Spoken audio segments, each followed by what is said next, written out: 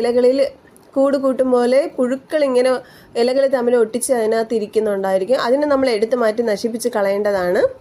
വിട്ടില് പോലത്തെ ജീവി ഇതിൻ്റെ ഇലകളെല്ലാം തിന്ന് നശിപ്പിക്കുന്നതാണ്. ഇലകളെല്ലാം അരിപ്പ് പോലെ ആക്കുന്നതാണ്. കീടനിയന്ത്രണത്തിനായി നമുക്ക് വേപ്പെണ്ണ വെളുത്തുള്ളി മിശ്രിതം ചെടികളുടെ ഇലകളിൽ സ്പ്രേ ചെയ്ത് കൊടുക്കാവുന്നതാണ്.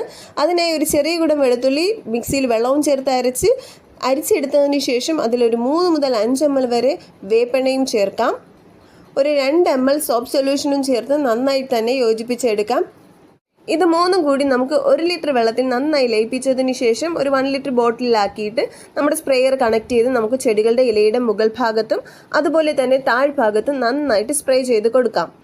വൈകുന്നേരങ്ങളിൽ വേണം നമ്മളിത് സ്പ്രേ ചെയ്ത് കൊടുക്കാനായിട്ട്. അപ്പം ചെടിയുടെ ഇലകളിൽ കൂടുതൽ നേരം ഇത് തങ്ങി നിൽക്കുന്നതാണ്. ഈ സോപ്പ് സൊല്യൂഷൻ ഉപയോഗിക്കുന്നത് മൂലം അതിങ്ങനെ വേപ്പെണ്ണയെ നമ്മുടെ ചെടിയുടെ ഇലകളിൽ പറ്റിപ്പിടിച്ചിരിക്കാൻ വേണ്ടി സഹായിക്കും. അപ്പോൾ കീടങ്ങളിൽ നിന്ന് നമുക്ക് ചെടിയെ സംരക്ഷിക്കാൻ വേണ്ടി സാധിക്കും.